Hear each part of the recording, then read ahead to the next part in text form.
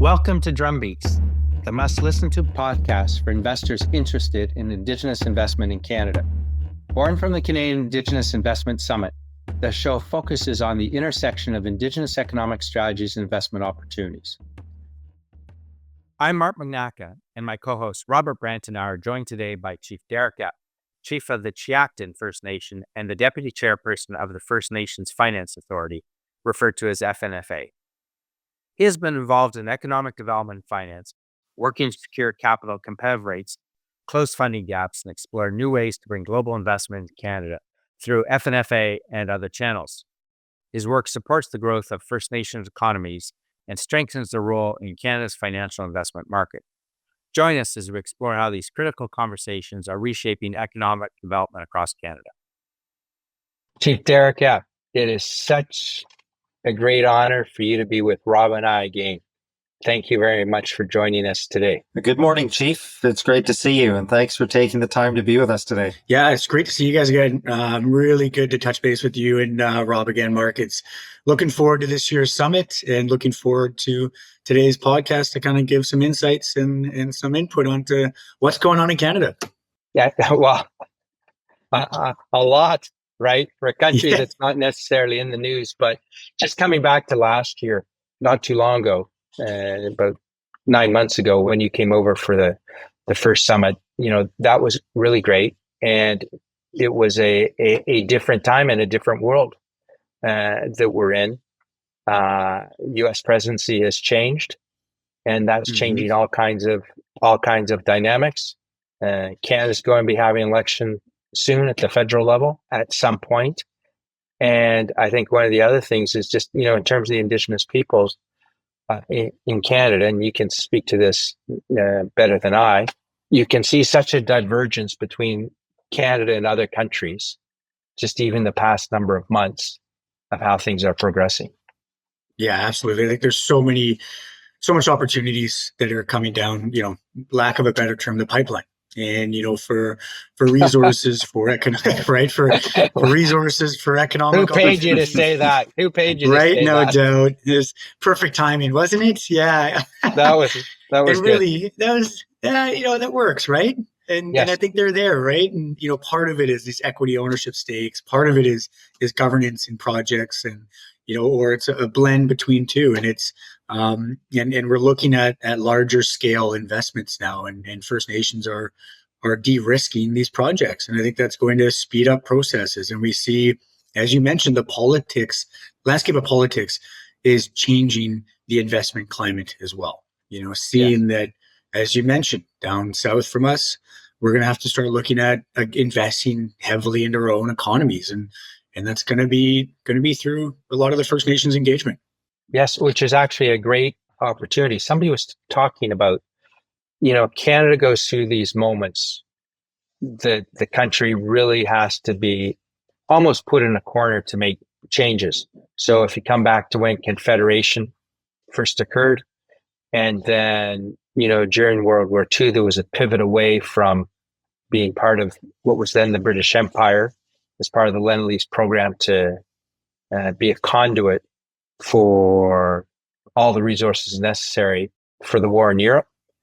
And then we had free trade, back in the early 90s. You were probably too young to remember that, but there wasn't always. I was pretty young.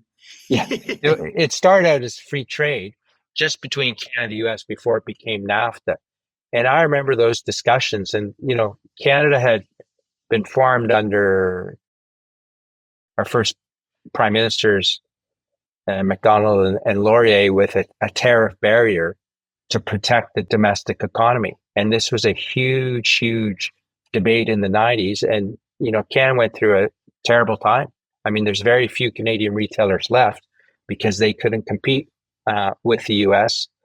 And we went from a protected economy to, an open global trading economy. I think we've become slightly more dependent on the US over time. But these changes take place, and now we're in a great spot because we're faced with that again, and the Indigenous peoples have a seat at the table. You have your rights. Okay, you have your approach of how you want to do business. You're coming in as equal partners, if not the lead partner, depending on what's happening. So I think this is just a great moment for Canada to be the country that it could be, right? Yep. No, I completely agree. I think you're right. Like, I think that ideology that, yeah, we've been kind of backed into a corner. Canada has. Like, we kind of have to now go to the global market. And we've been trying to do that for several years now on the First Nations front. But I think now it's now become bigger than just the First Nations. It's a Canadian issue. And actually, it's good timing. I was on a panel the other night, 2 nights ago, and that was a lot of the discussion was around supporting the economic growth of Canada. And a lot of it's through First Nations, and that, understanding what's going on in the political landscape, we do have to look to global markets. We do have to look to new initiatives and different avenues to accessing capital and getting capital to Canada to really meet the investment climate and the needs of all Canadians and our economy to be doing what we have to do to protect our own assets in our own country. Yes, absolutely. Agree completely, Chief Derek. Why don't you tell us a little bit about the First Nations Finance Authority? You wear several hats, and one of them is your involvement with the FNFA. Yeah, the FNFA. I've been fortunate enough to be a part of the FNFA for 5-6 years now, and was the deputy chair for the last couple of years. And now in February, I'll be stepping into the chair role as well at the First Nations Finance Authority. And that work really excites me. I think a lot of the capacity and the ability to support First Nations growth, as well as First Nations economic growth, is coming through the First Nations Finance Authority. We've surpassed over $2 billion in loans out to First Nations. And now we just did a $650 million debenture about a month ago. And we know that with the investment climate in the direction it's going, we will be looking at doing debentures of that stature more regularly now. And then looking at, we have been accessing the global markets, but we will be needing to continue to expand that Rolodex of our investors globally to meet our demand. We know the excess amount of resource projects that and renewable energy projects that will have to be done in Canada in the short future. And with the political will that we will have federally and provincially, I think the opportunity is absolutely there. And part of the FNFA, the First Nations Financial Management Board, and these institutions where I do work nationally is all about building that capacity for the First Nations, building the internal controls, accessing the capital at a competitive rate, and being able to really capitalize and be involved in these opportunities that are going to be coming. Because it's not just drinking from a fire hose anymore. It's drinking from the actual fire hydrant. Yes. And that's what we're seeing right now. And really, we need the capital to be able to keep up with the pace and the demand, and being able to meet the economic growth needs of not only First Nations, but Canada. Yeah. Where were the investors coming from for the debentures, Chief? So we can't necessarily completely disclose who, but we have, access from all international markets, from, the Swiss, the Chinese, to the South American, to all over the world. And really now what I'm really looking forward to for this summit as well is now bridging that economic gap and that capital gap from the UK to Canada. And hopefully that can be done through the First Nations Finance Authority. But that's not the only way, right? I think there's other ways that this can be done as well. And there's other, exciting things that I've been working on, back home, and, meeting with individuals like the Hungerford Group, who have a new 7 Generations Capital that I believe they'll be hopefully coming to the summit, and hopefully I'll be able to talk a bit about my experience with them as well, because we began to discuss how we can work together in that avenue as well. Because it's really diversifying. It's looking at the various ways that we can get global capital to Canada, and that's not just through the Finance Authority. That's through organizations like 7 Generations Capital. That's through conventional avenues as well. So it's a really, now I think you're right. We've been backed into a corner, and now we have to act. Yes, very, very true. And I think, just coming back for our listeners, and some of them, of course, didn't attend the conference and have a chance to meet you before. So your nation is based in British Columbia, and the FNFA is based in Ottawa, is it? So yeah, my community, Chiacton First Nation, or Chiacto, that's our Halkomelem name. We're based in Chilliwack, British Columbia, about an hour and a half east of Vancouver. We are in a very advantageous location, if you want to put it that way, for First Nations community. We're urban in that sense, where we've been able to capitalize on building our own economy and make sure we're building up our own capacity. And the FNFA, First Nations Finance Authority, is a national institution, and we have two offices, one in Ottawa and then one in Kelowna, British Columbia as well. And our board represents seats from all across the country. So we have representation from each province, or we try to make sure we get representation from each province, because we do lend right across the country. So we make sure we have that representation on the board, so that we do have that acknowledgement and that voice from each of our individual regions as well. And all the institutions now that are really the critical factor to supporting First Nations involvement in a lot of these projects is our national institutions that are supporting the national economic growth of First Nations. And that, to me, is making the biggest impact. Which is huge, because when we talk about the number of Indigenous nations across the country, remind me, is it 500, 600? Yeah, we're over 600. So I think it's, it depends on who you ask, but yes. The last was 603, 607, or depends on, some are more independent now. So yeah, it's over 600. And in BC alone, though, we have 203 or wow. 200 and someone as well. So, it's a different dynamic as well, right? Considering that, treaties were settled from the East Coast, making their way west. And by the time we got to BC, or the settlers got to BC, it wasn't their priority, Got lazy. Yeah, I got lazy. You're right. Yeah. And we ended up with far too many individual Indian Act bands, and it's created, a lot have said it's created confusion, but I think it's also an opportunity, and I see it as an opportunity. And we see some of the projects specifically here in BC now, are bringing together, 30, 40 communities to work actively together on these projects, and it's possible. It's being done. Yeah. Yes. Excellent. So, when Rob and I have been talking about the conference and the summit and what we did this year and last year and what we're going to be doing this year, one of the things we've talked about is demystify, de-risk, and develop. So demystifying is to explain to people, how do you work with Indigenous peoples? What's the process? What's behind it? Right? Because they hear a lot of negative news, not so much now, but in the past. And, people remember, nobody remembers the good news, right? They remember all the bad news and stuff that came out. So they have concerns about that. But the whole process now is about how do you de-risk? And that's by working with the Indigenous peoples as partners, right? And then it's developed. Then you go out and develop the project, which might take 5-10 years, as you know very well. Yeah. And hopefully we can do it sooner. Like, Rob and Mark, I think it's really, important to acknowledge some of the work that is being done right now. And we're really creating a template for what is possible. Right. And I think that's, and over these first couple projects, of course, are the hardest ones to get across the line, I think. But from that, I think we're going to see, a process that's been established that works, one that we're involved in right now. We have 40 some odd communities involved, and we've been able to set up more of a smaller committee that is stick handling the negotiations on behalf of the larger collective group.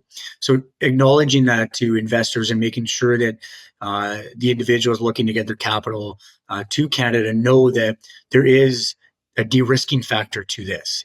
We do have the sophistication now and the ability to set up these working groups and committees that are able to be the negotiators alongside the professionals that are needed to really de-risk and do the due diligence on these projects. But we have a process and a system that works for bringing together, whether it's one community, 10 communities, 30 or 40 communities. We now know how to do it, and I think it's only going to get easier, and it can only get better and quicker. And I think we will be able to work in tandem to make sure that at the end of the day, sometimes that permitting process is what takes the longest as well. And if we're at the table, we can help with that as well.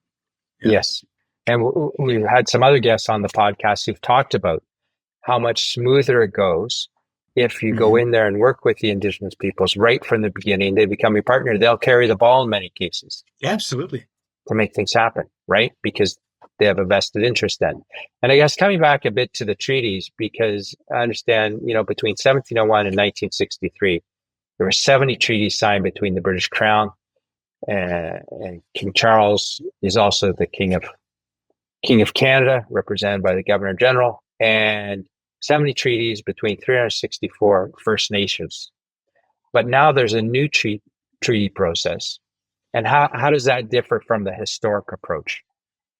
Yeah, I think it's challenging. Like the new treaty process is more of a jurisdiction-based process. Of course, there's a land component, there's a cash settlement component to the treaty process, but a lot of it hinges on more or less the divulgence of jurisdictions to the First Nations communities. And historically, the treaties were more based on land, or based on a relationship that was defined in an agreement and meant to be lived out. The intentions may have been good at the time, but I don't think they were fully enacted. And that's why you see a lot of the different court cases, or the specific claims, or the various legal actions that have had to take place over the last several decades in Canada with First Nations, because it's been challenging. The implementation of the treaties in Canada has been really open to interpretation. And I think that's part of the challenges with historic treaties.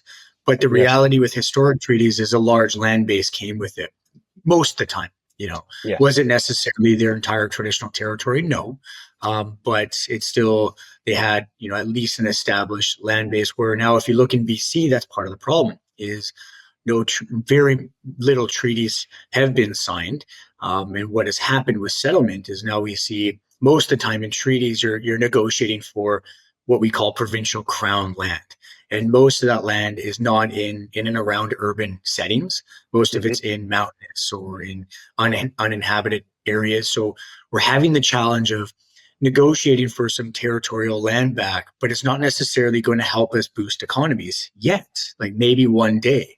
And part of what my advocacy is it's looking at a different approach to a treaty relationship. And a lot of the work that I do is trying to look at it more of an economic treaty first, looking at how do we first start enabling and building and providing the capacity and the toolkit to First Nations to ensure they're able to build up revenue streams, build up an economic base, both on and off reserve, and both, involvement in resource projects or territorial taxation, whatever it may be. And then when the nations are ready, they can begin to talk about the jurisdictions. And when I say jurisdictions, I mean a lot of them are in the program jurisdiction base, is what the government is trying to divulge. It's through health or children and family services or justice or whatever it may be.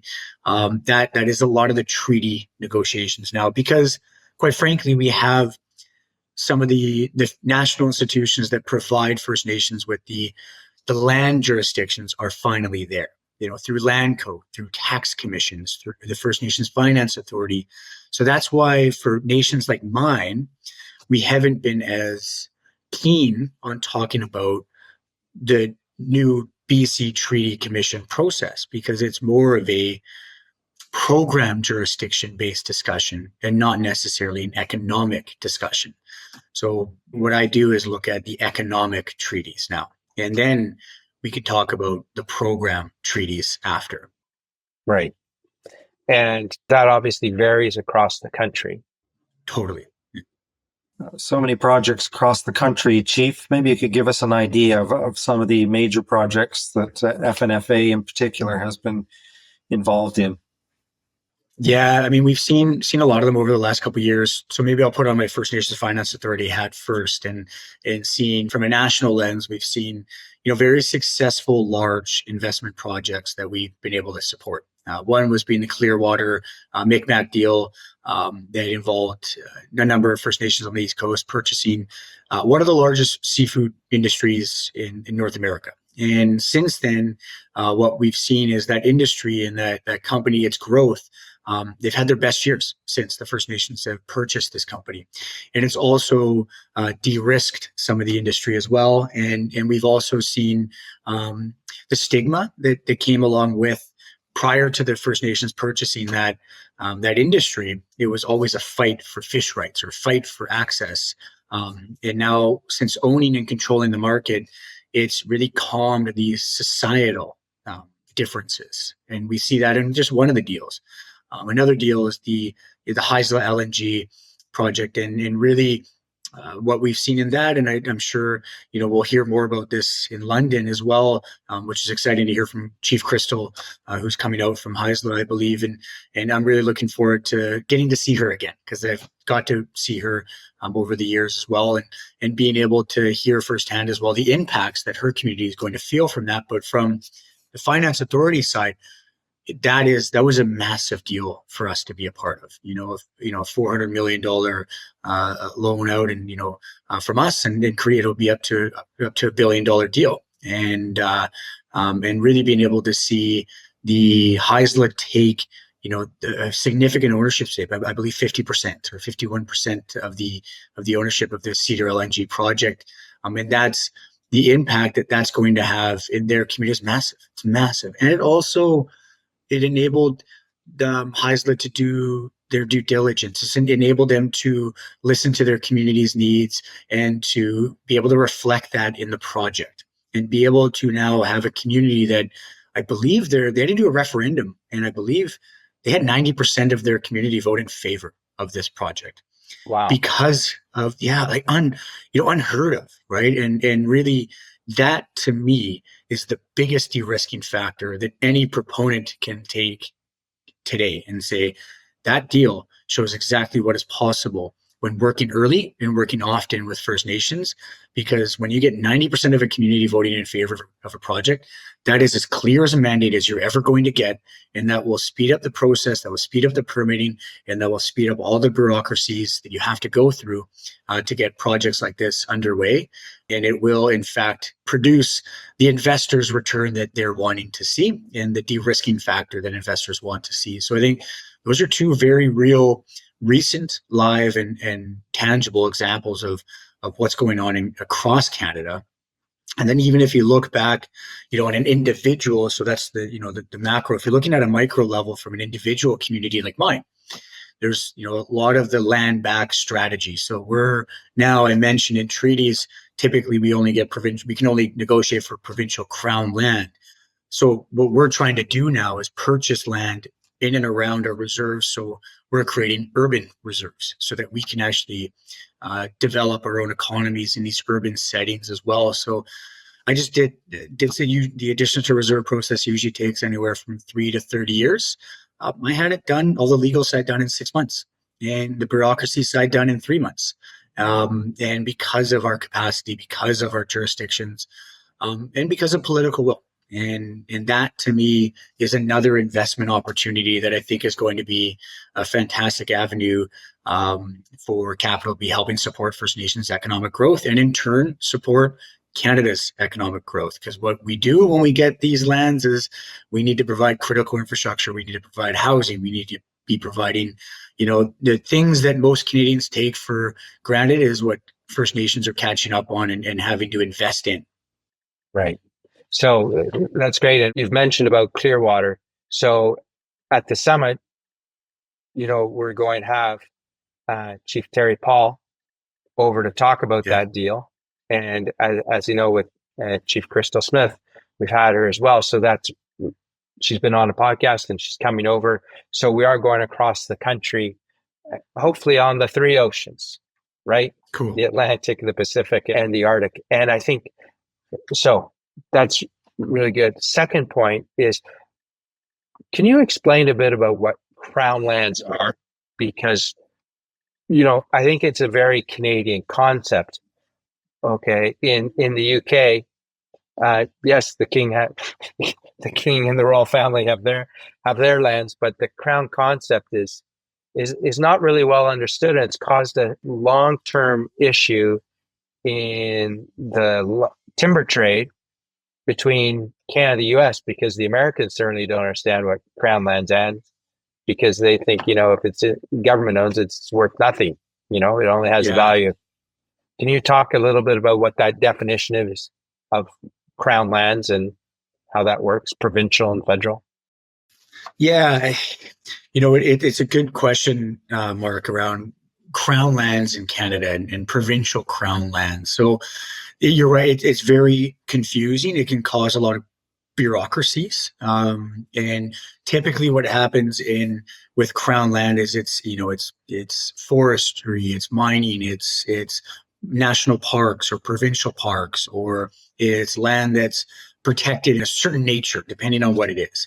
And some of the challenges that we have with it's underlying title of the crown, essentially, right? The crown has the underlying title to the land, and then there's provincial crown land. So the province has jurisdictions through their ministries, whether it's water lands, natural resources, forestry, you name it. Various ministries can have different easements or assessments or different overlaps of jurisdictions over one piece of land. So it creates a lot of confusion, you're right, or it creates a lot of bureaucracies to get through. And a lot of the time when you're talking about tenures for resource projects or for mining projects or renewable energies or whatever it may be, you're dealing with a lot of overlapping interests that touch various ministries, both provincially and federally, depending on what you're doing. So it does cause a lot of bureaucratic hoops to jump through. And a lot of why it's such a strategic advantage to working with First Nations, because in Canada with UNDRIP, United Nations Declarations on the Rights of Indigenous Peoples, and specifically now in BC with DRIP Up, which is the act respecting the Declaration of the Rights of Indigenous Peoples, it puts a lot of the decision-making authority in the hands of First Nations, which, a lot of the studies are showing that a lot of Canadians are supportive of that in a sense, because we try to be stewards of the land and try to make sure that when projects are done, they're from an Indigenous lens and thinking about that 7 generations. So, that's why it's so integral now to work with First Nations in and around any projects that are provincial crown land, and pretty much any project that's going to be done in Canada, with whether it's resources or renewable energies or mining or whatever it may be, is going to have an aspect of provincial crown land. Meaning you will have to navigate the Canada energy regulating process. You will have to navigate provincial permitting processes. You will have to navigate certain bureaucratic processes that require First Nations free, prior, and informed consent. And I think one of the things that people don't really appreciate about Canada is the fact that our provinces control the natural resources in the country. That's not a federal jurisdiction for the most part. Yes, exactly. It's a jurisdiction that's divulged from Canada to the provinces. Yeah. Correct. And, coming back in Confederation in 1867, one of the objectives of the British North America Act, and we now have our own constitution, but the structure of that was looking at the American experience with the Civil War. And the idea was, let's have a strong federal government and weak provinces, right? We didn't want strong states, and Canada has provinces. Actually, we've ended up with the reverse, because the Canadian government has very limited powers, foreign affairs, defense, but we don't even have the same health standards across the country. If you're trying to go from BC to Ontario, you need to make sure you've got your health coverage, right? Because it's a provincial level, as opposed to the American experience. So I think that's one of the other dynamics people need to understand. And I think that reinforces this, what I would call localization, right? Because you have to work with the local communities, Indigenous peoples or otherwise. Everybody, you're from BC, right? That will come into your story in different places, where necessarily in other places it might not. So you're a Canadian, but I'm from Manitoba, I'm from BC, and I'm from Quebec, and that all tells a different story, right? Mm-hmm. Big time. And every province has a different political outlook on resource projects. I think now, as we mentioned before, things are changing on the political side, understanding that we need to invest in resources or renewable energies or whatever it may be. And British Columbia is very in an advantageous position to open up that investment. And I think now what we've heard from our provincial partners is that the appetite is open now for those investments. And I think you've seen it in Alberta. Alberta's been very open to resource projects and still are. And you see it a bit more in the prairie provinces as well, with various projects that are going on. And you see a huge success in some of the First Nations partnerships that are heavily involved in mining industry in Saskatchewan and in Manitoba. And they're doing extremely well. Yes. In fact, we're having Denison Mines is coming over. We have a strong Saskatchewan contingent. Yes, they're going to be talking about English River and their projects. And there's a lot going on across the country. Without a doubt. What about, we do have provincial barriers. You can trade more freely in the European Union than you can in Canada. And again, this is one of these moments, maybe these barriers are being addressed. What about the Indigenous peoples? Do you have a view on what should be done? Are you trying to break down those provincial barriers as well to have more trade opportunities? It doesn't really impact the same way. Well, yes and no. Like there is some projects that do, right? There is, linear projects that are coming from Alberta through to British Columbia where we have to break down those barriers to the provinces working together. And I know recently, I understand the premiers did meet and did talk about how they can work together. Now, how real was that discussion? I don't know, right? Like I'm not privy to those ones, but I do think from our First Nations lens, absolutely, I think there needs to be cross-provincial discussions that help support the Indigenous inclusion and, by border inclusion from province to province as well, because, that is one of the only ways to opening up some of our corridors and resources is having to work from some of the in more interior of our provinces, our middle provinces, that they're going to have to get to the coast somehow, right? For some of the resources, and that will require provincial discussions, in multi-provincial leadership discussions to how will they work together to make sure that those resources are getting from province to the coast, and that will require indigenous inclusion as well. Great. So we're really looking forward to you coming back to London. And this time you're coming back with your Freedom of the City. That's right. Yeah. I guess I missed the sheep walk, but I'll have to come back for that one. Yeah, you'll have to come back for that, and you get to carry your cutlass or sword through the city, and no one will register any complaints with you. And we don't talk much about that day and these days, and I'm sure you're never inebriated, but if you were, you would have the freedom to wander wherever you did in the city. I don't know once you get outside the square mile what they do with you, probably lock you up, but I'll make sure I bring my little booklet and make sure if I'm right, and I'll stay in the London city. I'll make sure I stay there and I'll have it with me and it won't leave. Yes, well, don't worry, your name's on a list, so you don't need to carry your booklet. You just tell them you have the free in the city, and you will be looked after. That's awesome. Yeah, that's absolutely great. Rob and I have really enjoyed having you on the program today. Great to have you here. Yes, Chief, we really appreciate your time today. I know you have a very busy schedule, so much appreciated, and looking forward to welcoming you back in London in just a couple of months now. No, I really appreciate it, Rob and Mark. I really enjoyed getting to know you guys over the last couple of years and getting to work with you and your team. And I think you guys are great advocates for what we're trying to achieve in Canada and with First Nations. And I really do believe that these next couple of years are going to be transformational for Canadians, for Indigenous people of Canada, and for the global investment market. Yes. Well, thank you very much for being with us today. Thanks, Chief. Yeah, thanks, Mark and Rob. Thank you to Chief Derek Epp for sharing his insights with us, and thank you for viewing and listening. If you enjoyed this conversation, be sure to subscribe and leave a review by following our YouTube channel at Drumbeats Podcast. Don't forget to follow us on Spotify, Apple Podcasts, and other platforms shown on the description below. Visit our website for more resources and upcoming discussion. Mark your calendars for the upcoming 2025 summit taking place on the 10th of April. Thanks for listening to Drumbeats. Until next time.